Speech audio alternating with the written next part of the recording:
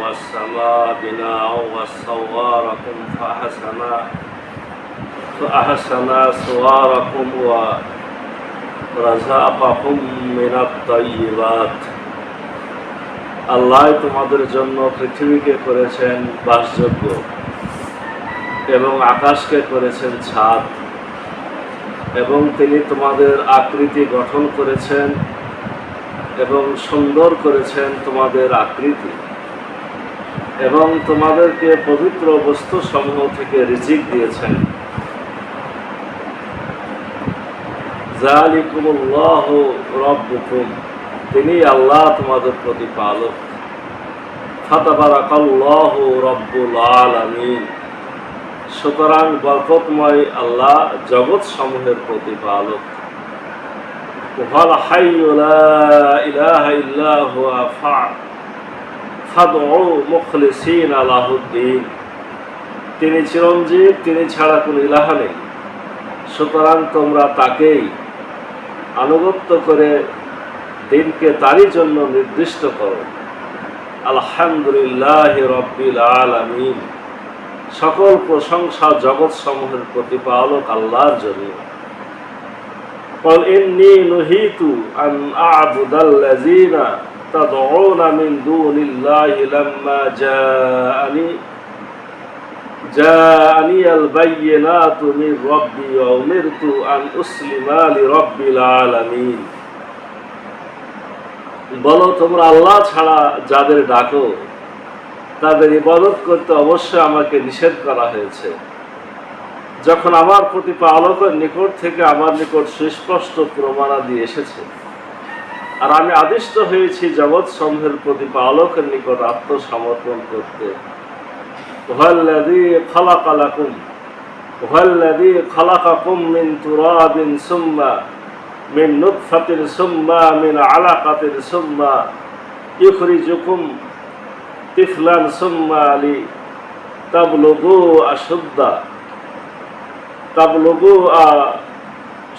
আশুদ্দাকুম সুম্মা লিতাকুনু শুয়ুখা। তিনি তোমাদের সৃষ্টি করেছেন মাটি থেকে, অতঃপর ফোঁটা আকৃতির বস্তু থেকে, তারপর কোন স্থান হতে ঝুলে থাকা সদৃশ্য বস্তু থেকে, তারপর তোমাদের বের করে আনেন শিশুরূপে, তারপর তোমরা উপস্থিত হও তোমাদের যৌবনে, অতঃপর হয়ে যাও বৃদ্ধ।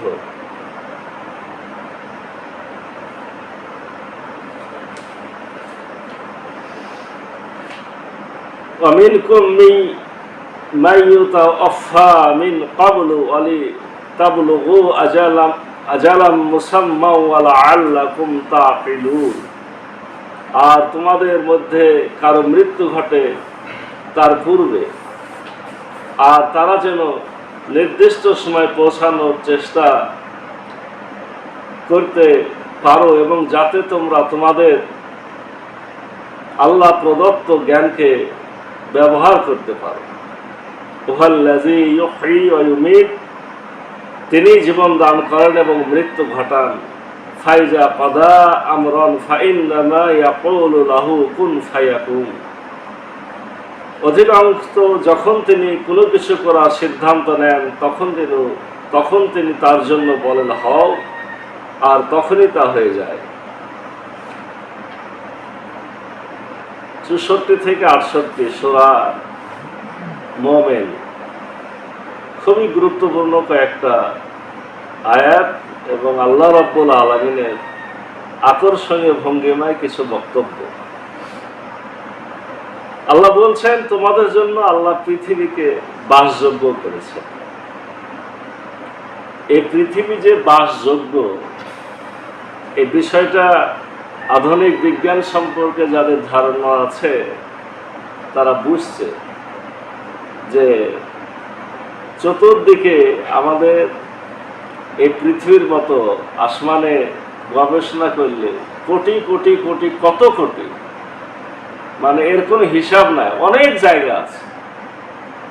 কিন্তু আমরা যে জগতে আছি না, সৌরজগৎ, এই সৌরজগতে পৃথিবীর মতো আরো 8-10টা পৃথিবীর মতো স্থান আছে, বুধ, শুক্র, পৃথিবী, মঙ্গল, ইউরেনাস, নেপচুন, প্লুটো। এগুলো নিয়ে গবেষণা করে দেখা যাচ্ছে যে কোথাও আসলে মানুষ বসবাস করার মতো পরিবেশ নেই। একই সূর্যের চারদিকে আমরা ঘুরছি, কিন্তু আমাদের পৃথিবীতে ভারসাম্যপূর্ণ অক্সিজেন, হাইড্রোজেন, নাইট্রোজেন, বাতাসের চাপ, মাটি, পানি, যা যা দরকার একেবারে পরিমিতভাবে আমাদেরকে রব্বুল আলামিন দিয়েছেন। আল্লাহ বলছেন, আল্লাহই তোমাদের জন্য পৃথিবী করেছেন বাসযোগ্য, আর আকাশকে করেছেন ছাদ। ছাদ কি করে? মানুষকে ঝড়, বৃষ্টি, পানি এগুলো থেকে রক্ষা করে, এই জন্য তো আমরা ছাদ দিই বাড়িতে। আল্লাহ বলছেন আসমান তোমাদের ছাদ। এর মানে কি?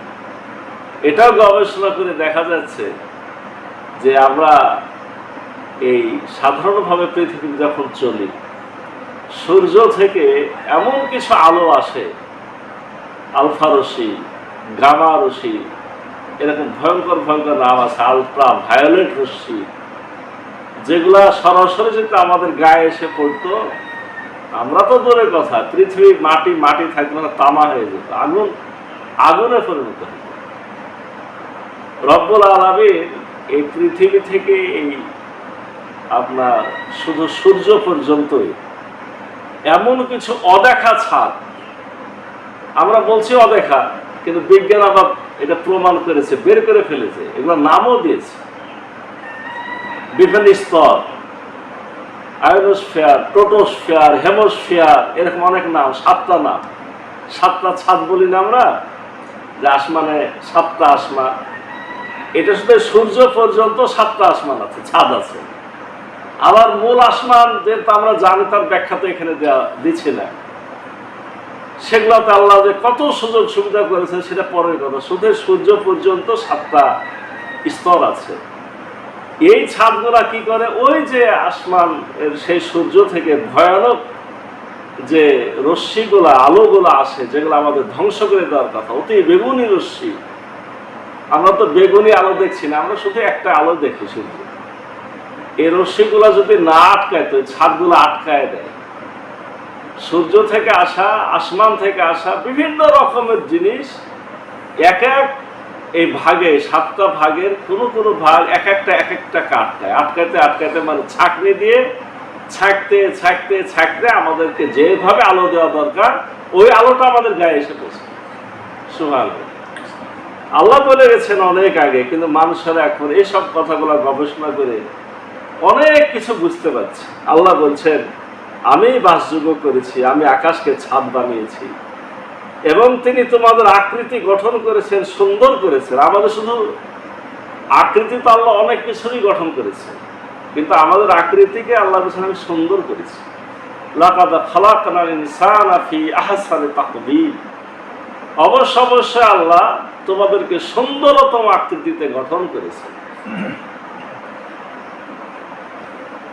এবং তোমাদেরকে পবিত্র বস্তু সমূহ থেকে রিজিক দিয়েছেন। এই জায়গাতে আমাদের একটা সমস্যা, সব কিছু ঠিক থাকবে, আল্লাহ বলল তোমাদের খাদ্য কিন্তু আমি পবিত্র বস্তুগুলা থেকে দিয়েছি। আর আমরা জেনে শুনে পয়সা খরচ করে অনেক নিজেকে নামি দামি ভাবার পরও আমরা পচা জিনিস খাচ্ছি না, যেগুলো নিষেধ সেগুলো খাচ্ছি না, অপবিত্র জিনিস সেগুলো আমরা খাচ্ছি না, খাচ্ছি।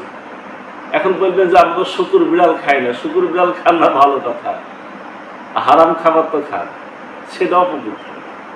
যেগুলো নিষেধ সেটা খাওয়াই অপবিত্র। তাড়ি, বিড়ি, গাঁজা যা আছে সব অপবিত্র। আল্লাহ বলছেন তোমাদেরকে পবিত্র বস্তু থেকে রিজিক দিয়েছি, তিনি আল্লাহ তোমাদের প্রতিপালক। সুতরাং বরকতময় আল্লাহ জগৎ সমূহের প্রতিপালক। রব্বুল আলামিন মানে আমার জন্য যা দরকার, যখন দরকার, যেভাবে দরকার, যতটুক দরকার, যে আল্লাহ সরবরাহ করেন তাকে রব বলা হয়। আমার প্রয়োজনে সব কিছু যিনি দেন তিনি রব। যিনি আমাদেরকে সৃষ্টি করেছেন, বাঁচায় রেখেছেন, টিকায় রেখেছেন, যিনি জীবন দিয়েছেন, যিনি মৃত্যু ঘটাবেন, তাকে বলা হয় রব। এই রবের প্রশংসা আমাদের করতে হবে। তিনি চিরঞ্জীব, তার কোনো মৃত্যু নাই, তিনি ছাড়া কোনো ইলাহা নাই। তিনি ছাড়া কোনো হুকুমদাতা, আইনদাতা, বিধানদাতা কেউ নাই। সুতরাং তোমরা তাকেই দিন, তার দিনকে আনুগত্য করে তারই জন্য নির্দিষ্ট করো। মানে একমাত্র ইসলামকে আমাদের আনুগত্যের বিধান হিসাবে এজন্য নির্দিষ্ট করে দিতে হবে। অর্থাৎ আল্লাহ যা যা বিধিবিধান দিয়েছেন সেই বিধিবিধান অনুযায়ী আমাদের চলতে হবে। সকল প্রশংসা জগৎ সমূহের প্রতিপালক আল্লাহর জন্য। বলো তোমরা আল্লাহ ছাড়া যাদের ডাকো তাদের ইবাদত করতে অবশ্যই আমাকে নিষেধ করা হয়েছে। আমার অসংখ্য তারা ডাকতো, কোথায় ডাকতো? অন্য আপনার দেব দেবীর পূজার জন্য, যে তুমি আল্লাহকেও মানো, আমাদের গুলাকেও মানো। আল্লাহ বলছেন যে হে রাসূল আপনি বলে দেন যে তোমরা আল্লাহ ছাড়া যাদের ডাকো তাদের ইবাদত করতে অবশ্যই আমাকে নিষেধ করা হয়েছে। যখন আমার প্রতিপালকের নিকট থেকে আমার নিকট সুস্পষ্ট প্রমাণাদি এসেছে, আমি তো প্রমাণ পেয়ে গেছি আল্লাহ ছাড়া কাউকে মানা যাবে না, আর আমি আদিষ্ট হয়েছি জগৎ সমূহের প্রতিপালকের নিকট আত্মসমর্পণ করতে। আমাকে শুধু সারেন্ডার করতে হবে শুধুই আল্লাহর কাছে। তিনি তোমাদের সৃষ্টি করেছেন মাটি থেকে, অতঃপর ফোঁটা আকৃতির বস্তু থেকে, কোন স্থান হতে ঝুলে থাকা সদৃশ্য বস্তু থেকে। এই দুটো আমরা ব্যাখ্যা জানি যে মাটির পরে ফোঁটা আকৃতির বস্তু, এরপর ঝুলে থাকা বস্তু। ঝুলে থাকা বস্তু মায়ের পেটের মধ্যে, এটা আলাকা আটকে থাকে, ঝুলে থাকে। এটা আমরা দেখতে পাই, এটা এখন বিজ্ঞান দেখতে পাচ্ছি। আল্লাহ অনেক আগে বলে গেছেন। অতঃপর তোমাদের বের করে আনেন শিশুরূপে, এরপর আমাদের জন্ম হয় শিশু হিসেবে, এরপর তোমাদেরকে পৌঁছানো হয় যৌবনে, আমাদের যৌবন আসে, এরপর হয় বৃদ্ধ, আর তোমাদের কেউ কেউ বৃদ্ধ হওয়ার আগেই মারা যায়। তারা যেন নির্দিষ্ট সময় পর্যন্ত পৌঁছানোর তোমরা চেষ্টা করতে পারো, যাতে তোমাদের আকল বুদ্ধিকে ব্যবহার করতে পারো। এই পদ্ধতি কেন? আমাদের আকল বুদ্ধি যাতে আমরা কাজে লাগাই। তিনি জীবন দান করেন, মৃত্যু ঘটান। প্রাকৃতিক আইন অনুযায়ী জীবন সৃষ্টি হয়, মৃত্যু ঘটে। অধিকান্ত যখন তিনি কিছু করার সিদ্ধান্ত নেন তখন তিনি বলল হও, আর তখনই তা হয়ে যায়। আল্লাহ যা কিছু চান হও বললে হয়ে যায়, কিন্তু আল্লাহ কেন সময় নেন? আল্লাহ রাব্বুল আলামিন সৃষ্টি করতেও সময় নেন, মানুষ সৃষ্টি করতে অনেক সময় নিয়েছেন।